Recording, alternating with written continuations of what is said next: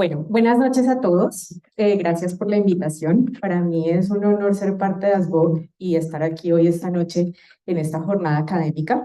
Hoy vamos a hablar de un tema que realmente es apasionante, porque como lo hablábamos ahorita, la menopausia no es una enfermedad, la menopausia es una etapa de la vida de la mujer y por eso debemos crear cada vez mejores estrategias y diferentes formas de mejorar la calidad de vida de nuestras pacientes. Tengo conflicto de interés ausente para la presente charla. A pesar de ello, expongo que soy speaker de DECA Italia y de CESDERMA y también soy docente invitada del CES y de la Universidad Nacional. Bueno, entonces, como sabemos, ya no hablamos de síndrome urogenital de la menopausia ni tampoco de atrofia vaginal, vamos a hablar de atrofia urogenital. El motivo es porque este conjunto de síntomas y signos en el que no solamente vamos a tener cambios a nivel de vagina, sino también de vulva y a nivel del tracto urinario, fue modificado por la NAMS en el 2015 bajo el síndrome urogenital de la menopausia, pero resulta que ese nombre a las mujeres no les gustó mucho, porque le estaban hablando de un síndrome, entonces ellas dijeron, no, ¿qué es esto tan horrible? Y por eso ahora hablamos desde el 2023 de atrofia urogenital.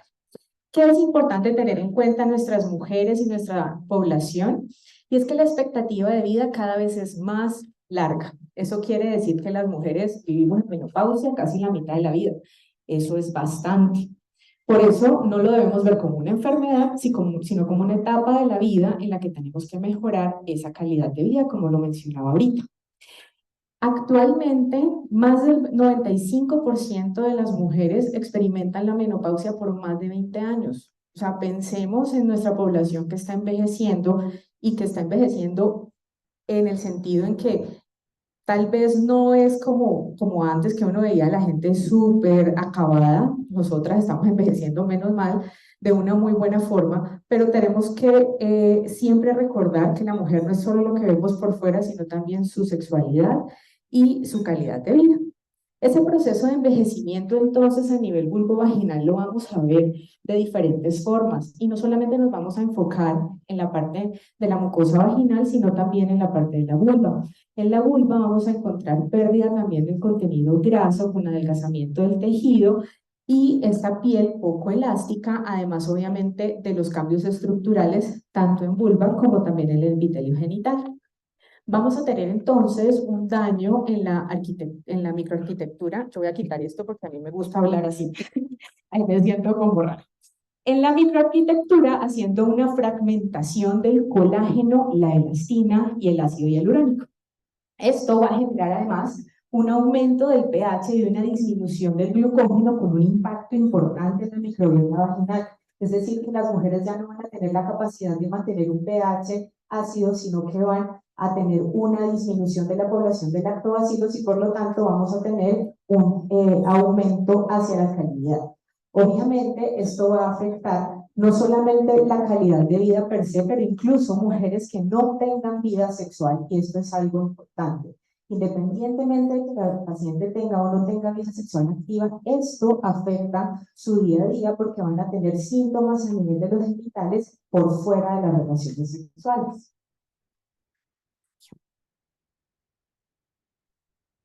Entonces, cuando hablamos de una palabra súper interesante, es la bioestimulación, es activar biológicamente todas las funciones normales de un tejido sano, resultando en un ajuste de esas características físicas y biológicas del mismo. ¿Lo que quiere decir? Que nosotros incluso cuando hacemos un reparo sitio específico en un tejido con un cromadito o un bicril, ya con eso estamos haciendo bioestimulación.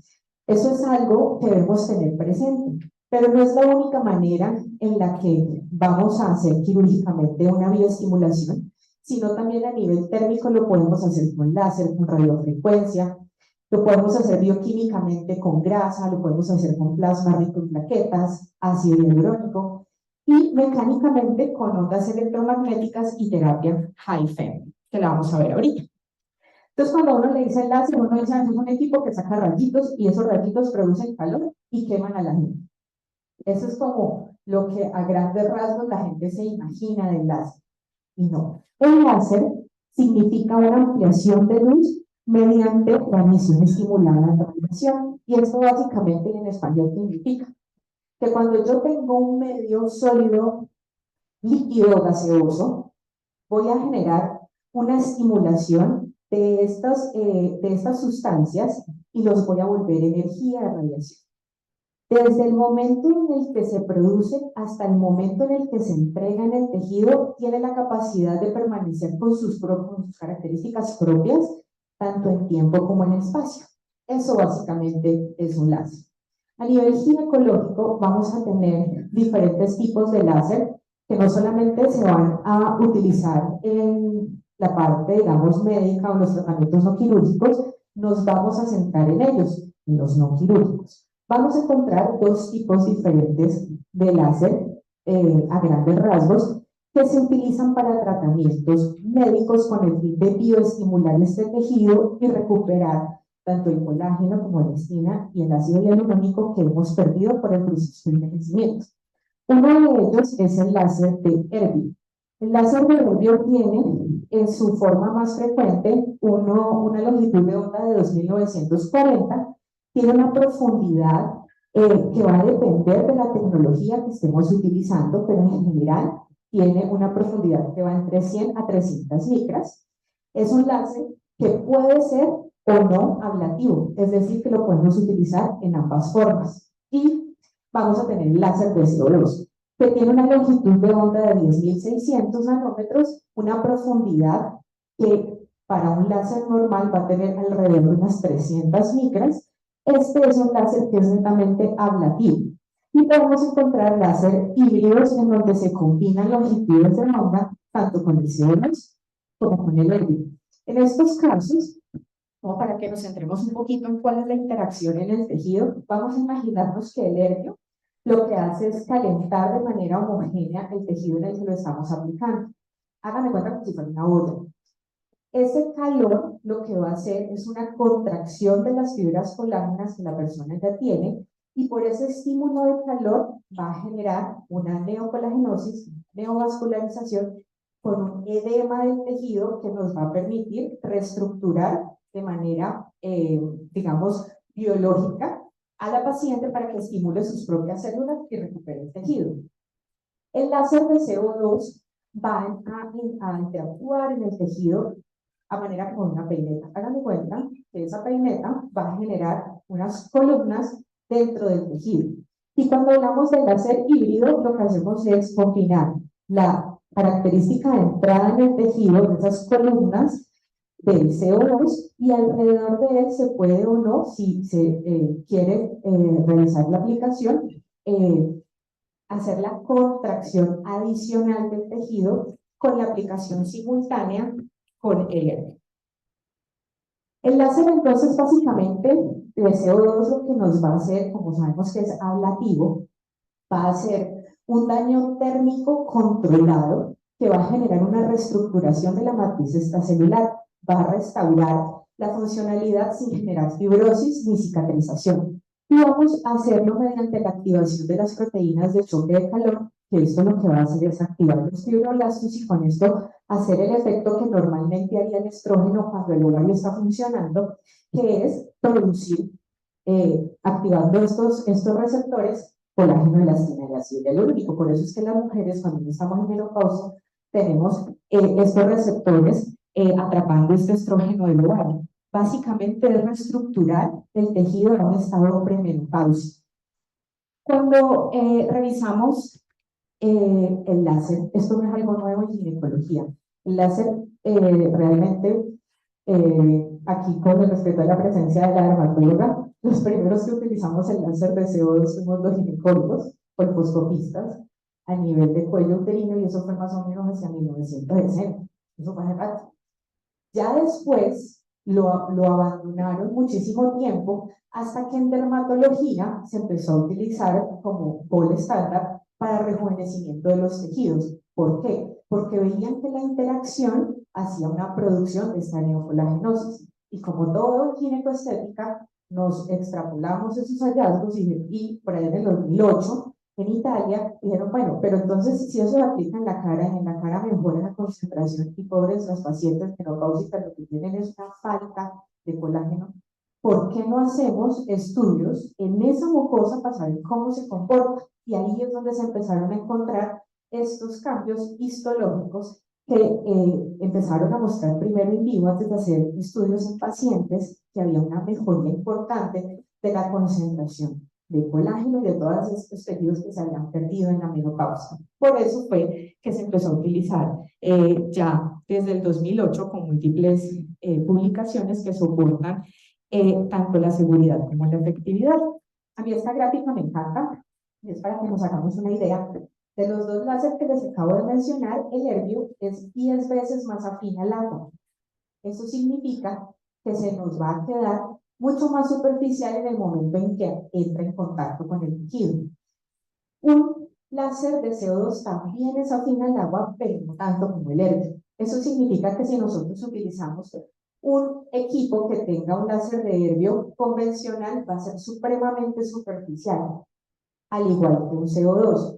Por eso, cuando nosotros revisamos los artículos y revisamos las publicaciones, tenemos que tener presente qué equipo es el que utilizaron para tener esos hallazgos. ¿Por qué? Porque solamente hay dos casas que tienen tecnologías patentadas, en el caso del Erbio el Smooth, en el caso del CO2 el Stack, que nos permite ir con esas intensidades del calor de manera, digamos, de calentamiento en tipo de olla o de columnas, ir más profundo. Esto significa que vamos a tener mejores resultados y además de eso tenemos diferentes estrategias de tratamiento que no solamente nos van a servir para remodelar, sino que, por ejemplo, en el caso del stack, nos van a permitir también tensar el tejido porque el calor se va a irradiar hasta la musculares. Mientras que con el Smooth también se ha demostrado que mediante diferentes manípulos se puede colocar a nivel incluso transuretral para mejorar el proceso de la incontinencia urinaria. Entonces, ya teniendo digamos, como esta base, vamos a ver que del láser, de estos dos tipos de láser que les acabo de mencionar, hay reportes. Estos reportes van hasta más de 24 meses después de completar el tratamiento. Y hay un grupo de 161 pacientes que se siguió hasta por 36 meses. Este ha sido como el seguimiento a mayor plazo. Se ha observado que después de completar el tratamiento hay un declive de síntomas que va más o menos entre los 18 y los 24 meses, por lo que se recomienda hacer mantenimientos cada año y medio, para mantener estos cambios a nivel de la mucosa y que no vayamos a hacer una degradación de este colágeno. Estudios que soportan la efectividad hay muchos. Lo que quiero enfatizar es que desde el 2008 para acá se han publicado y se han visto diferentes estudios con soporte científico. Por ejemplo, en el caso de este metaanálisis fueron 14 estudios con 542 pacientes en los que tenían síntomas propios de la atrofia urogenital, y lo que se demostró es que la terapia con láser para mujeres posmenopáusicas parece prometedora, ya que puede reducir la gravedad de los síntomas, mejorar la calidad de vida de las mujeres y restaurar la mucosa. Este es otro que se publicó en mayo de 2017, que no solamente introdujo pacientes con una atrofia urogenital, sino que también eran pacientes oncológicas, en lo que se encontró que ambos grupos mejoraban los síntomas tanto de dispareunia como de dolor a nivel del introito, y todo esto con el fin de decirles que no solamente tenemos evidencia en mujeres posmenopáusicas, sino también en pacientes oncológicas. Por ejemplo, que es la gran pregunta que dicen, bueno, entonces si eso es tan bueno, entonces ¿qué es lo que pasa con el tratamiento de primera línea, que es el estrógeno? Hay varios estudios. Por ejemplo, es un grupo pequeño que fue de 45 pacientes, en donde hubo 3 grupos: grupo con solito estrógenos, grupo con solito láser y grupo en combinación. En este se evaluó el índice de salud vaginal de la doctora Gloria Bachman al inicio, a las 8 y a las 20 semanas, en la que se encontró una mejoría estadísticamente significativa en todos los grupos, así que se definió que el láser solo en combinación es una buena opción de tratamiento para la atrofia urogenital. Este está recién salido del horno. Este salió ahorita en agosto. y básicamente lo que hizo fue coger 25 pacientes y las aleatorizaron, les hicieron biopsia de vagina antes y después del tratamiento, tanto con láser a un grupo como a estrógenos en otro, y evaluaron la distribución de los receptores de estrógeno y de progestágeno. Entonces, lo que encontraron es que estos receptores, ambos, eran similares en los dos grupos y no hubo una relación significativa entre el espesor del epitelio y la densidad de los receptores. Así que se encontró que la terapia láser tenía resultados similares al estándar de oro, sin implicar obviamente las desventajas de la aplicación hormonal local. Y este es otro que también se publicó ahorita en este año, esto fue en febrero, con el fin de mostrarles que la Asociación de Uroginecología de Europa también tiene dentro de su arsenal de tratamiento el láser como una opción terapéutica. El problema es que muchas veces se utilizan tecnologías que no tienen soporte científico y nos lleva a complicaciones, que es la causa por la cual por allá en el 2018 hubo una, no fue alerta, fue más como un cuidado, no nos vaya a pasar lo mismo que les pasó a la cinta, y es por el uso inadecuado de los dispositivos basados en energía, en donde en manos no entrenadas y también con dispositivos que no tienen evidencia o que no están hechos para el uso ginecológico, se pueden presentar este tipo de complicaciones. Así que muchas veces, como para que lo tengan presente, esos cuadritos que uno ve del láser en la piel de los pacientes, muchas veces es rudimentario, es decir, que de manera picapiedra, prenden y apagan la forma en cómo se entrega la energía en el tejido, y esto hace que se generen picos de energía o que se entregue más energía de lo que necesita el tejido, y por eso es que se quitan las pacientes. Entonces, nunca confiarse a uno cuando le quieren vender un equipo, mejor dicho, le dice que eso habla solo, le cocina y le ve las pacientes. Mucho cuidado con eso, porque estos equipos no siempre son equipos que tengan estudios propios o que tengan evidencia propia. Y muchas veces también son casas que tienen sus equipos dermatológicos y dicen, ay, por ahí hay un poco de estudios que dicen que les pone calor a la vagina y todo le pone bien. Entonces les adaptan herramientas vaginales que no tienen suficiente evidencia o que incluso no tienen estudios, y por eso es que se presentan este tipo de complicaciones. Otro de los dispositivos basados en energía que podemos utilizar es la radiofrecuencia. La radiofrecuencia lo que va a hacer es un calentamiento del tejido de manera uniforme y controlada, que va a producir esta misma remodelación, solo que va a ser un poquito más profundo en la arquitectura de la pared vaginal. Vamos a buscar tener temperaturas que oscilan entre los 40 y los 45 grados por unos 3 a 5 minutos en cada cuadrante de la vagina, e incluso obviamente también lo podemos utilizar en la vulva.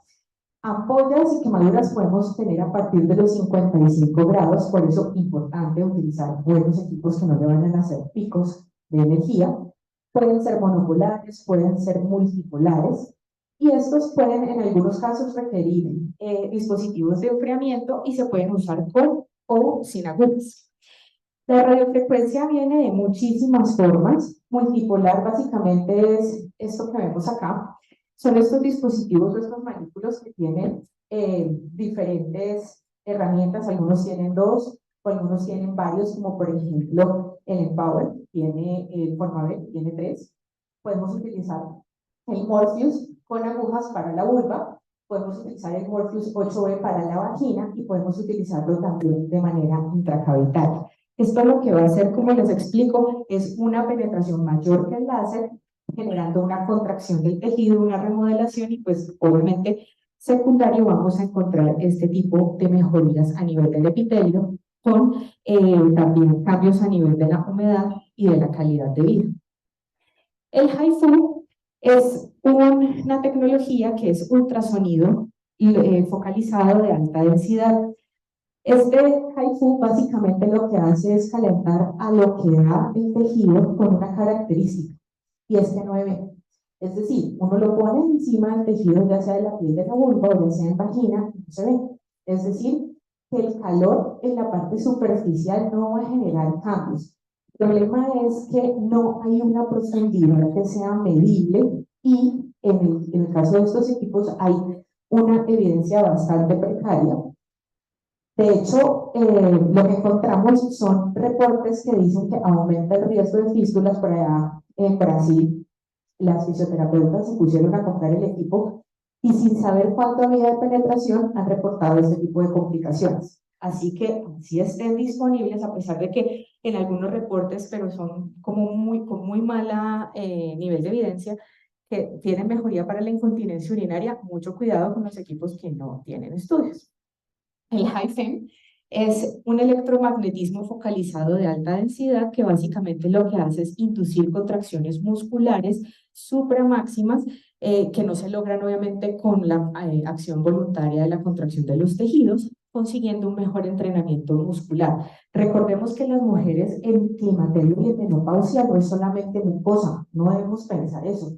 Estas pacientes son un conjunto completo también de músculos y de ligamentos que debemos activar para poder tener una mejoría a nivel tanto físico como sexual. Esta técnica es una técnica no invasiva que ha tenido ensayos clínicos prometedores y también ha mostrado seguridad, pero no reemplaza la terapia de piso pélvico. Es algo que nos va a ayudar a complementarla, más no vamos a prescindir de nuestras terapeutas de piso pélvico. El plasma rico en plaquetas, entonces, básicamente es una concentración de factores de crecimiento múltiples que lo que va a hacer es acelerar la vascularización, hacer modulación inflamatoria y tener un rol fundamental en la homeostasis. Estos factores de crecimiento que van a tener son múltiples y lo que va a hacer es ayudarnos a recuperar un tejido en el que lo apliquemos. Básicamente, como lo hacemos con una centrífuga, hay diferentes formas de prepararlo dependiendo de la centrífuga, entre 1000 y 2000 revoluciones por unos 5 a 10 minutos, dependiendo de la centrífuga que tengamos. Se ha demostrado que no siempre se requiere activar, siempre y cuando se vaya a colocar directamente apenas se extrae en el tejido. A no ser que nos lo preparen en el laboratorio, ahí sí habría necesidad de hacerle activación con trombina bovina o con calcio. Básicamente es extraer el tercio de el medio, después de que hacemos este hard y este soft spin, que básicamente arriba vamos a tener el plasma pobre, abajo los glóbulos rojos y en toda la mitad vamos a tener esta concentración alta por el plasma rico en plaquetas. ¿Cómo vamos a ponerlo? Lo podemos poner de diferentes formas. ¿Sí se acuerdan de las columnas de la peinetica? Lo podemos hacer vehiculizado cuando hemos utilizado una tecnología como el láser. Podemos utilizarlo en inyección subcutánea o podemos hacer terapias combinadas. Es decir, que lo podemos hacer tanto inyectado como vehiculizado dependiendo de donde lo requiera nuestra paciente. Nosotras tenemos en el cuerpo de la paciente una de las mejores herramientas que pueden utilizar. Normalmente pensamos que la grasa es solamente pasatiempo y que eso solo descarga el cirujano plástico. No, la grasa tiene una alta concentración de células madre y de factores también de crecimiento. Con eso no solamente vamos a tener, digamos, terapias a nivel de vulva, en donde sí podemos hacer relleno de labios, sino que de la grasa podemos tener diferentes estrategias de tratamiento. Podemos tener macro y microfat, que lo utilizamos para estas pacientes que han perdido volumen y que esa pérdida de volumen ha hecho una apertura del introito, con eso también mejoramos la función de la persona. Y podemos extraer también el nanofat, que es básicamente una destrucción completa de las células grasas, y ese nanofat lo podemos vehiculizar o también lo podemos inyectar, tratando obviamente de mejorar esa calidad de ese tejido con esa alta concentración que tenemos de factores. El ácido hialurónico, sabemos que es una de las cosas que se nos va acabando. El ácido hialurónico tiene diferentes presentaciones. Una que es de baja densidad, que lo utilizamos para hidratación, y otra de alta densidad para relleno de labios. En estos casos, muy importante que utilicemos medicamentos o dispositivos médicos que tengan registro FDA y INVIMA para el uso en genitales. No es llegar y colocar el ácido hialurónico que se pone en cualquier otra parte del cuerpo, porque las características reológicas o, digamos, de poder adaptarse al tejido, sabemos que la vagina es un tejido móvil y no le podemos poner el mismo ácido hialurónico, por ejemplo, que le ponen a algún sitio de la cara o del cuello. Entonces, sí es muy importante que utilicemos solamente los que estén hechos para ginecología, teniendo en cuenta que también lo podemos combinar con dispositivos basados en energía porque es termoresistente. El ácido hialurónico nos resiste hasta incluso más de 80 grados, o sea que podemos utilizar. En vagina, para hidratación, lo vamos a utilizar sin hacer abones en la pared vaginal posterior, nunca en pared vaginal anterior, porque hay reportes que como tenemos una zona muchísimo más vascularizada, pues estos sí pueden hacer eventos trombóticos, entonces por eso solamente vamos a tener uso a nivel de pared posterior. Tratamientos que podemos utilizar en introito vaginal, en pared posterior, el ácido hialurónico de hidratación, que normalmente tiene unas densidades menores de 20, ese ácido hialurónico reticulado, y para vulva, por encima de 21. Entonces, para resumir todo ese poco de cosas que les he dicho, básicamente es parquearnos en esta diapositiva, en donde ya vimos dónde tenemos el efecto del láser, hasta dónde llega la radiofrecuencia y dónde tenemos la posibilidad de llegar hasta la muscular con el HIFU. El HIFU todavía necesitamos muchísima más información para que nos compense de utilizarlo porque realmente no tiene suficiente evidencia. ¿Qué podemos hacer entonces? Procedimientos combinados, como por ejemplo en esta paciente que le hice láser intravaginal, tensado con láser de CO2 fraccionado, le puse plasma y también le puse hilos de bioestimulación. Rápidamente hay dos tipos de hilos. Hay hilos de bioestimulación, que son estos que vemos acá, son hilos de polidioxanona, que nos ayudan también a hacer unos trazos pequeños de fibrosis, este sí produce fibrosis, no como el láser, pero esa fibrosis nos permite reclutar tejido nuevo, tanto de colágeno como de elastina, sin dejar una cicatriz que nos vaya a generar problemas posteriormente. Hilos de tracción, estos son básicamente de reposicionamiento, que son personas que han tenido ya pérdida por lipodistrofia o por atrofia del tejido, que también lo vemos en nuestras pacientes en climaterio y menopausia. En esta paciente, por ejemplo, utilicé hilos de tracción, hilos de estimulación y le apliqué 1 mililitro de ácido hialurónico a cada labio mayor más el láser intravaginal. O sea, son terapias combinadas que podemos hacer para mejorar la calidad de vida de nuestras pacientes y la sexualidad. En esta paciente, ácido hialurónico pensado con láser de CO2 fraccionado tanto interno como externo, más plasma. Como conclusiones, entonces, el láser genital es una herramienta que es efectiva, no hormonal, para los cambios secundarios al hipoestrogenismo. Antes de elegir siempre una tecnología basada en energía, conocer cuáles son los alcances y cuáles son los usos. No debemos reemplazar los dispositivos en energía, obviamente las terapias de primera línea, pero sí son opciones que tenemos, alternativas y complementos. Siempre conocer la fisiología de los equipos y de los dispositivos médicos que estemos utilizando nos ayuda a determinar según sus propiedades los protocolos y los equipos que podemos utilizar para cada uno de los tratamientos. No todos los equipos son seguros, mucho ojo. Se recomienda que solamente se utilicen dispositivos que tengan evidencia científica propia, nada que extrapole otro equipo diferente a ese que le están vendiendo, y tampoco que le muestren que es el tejido porcino o tejido bovino, porque pasa que llegan a venderle un equipo y le muestran unos cortes histológicos y abajo dice corte bovino, corte porcino, y uno, bueno, y la vagina y las pacientes, mucho ojo. Siempre, obviamente, operado por personal calificado. Este es un llamado obviamente al entrenamiento y a la formación, que este es un ámbito que es realmente apasionante y sé que van a haber muchos cambios en sus pacientes. Siempre individualizarlas y tratar de combinar tratamientos y hacerlo de manera multidisciplinaria.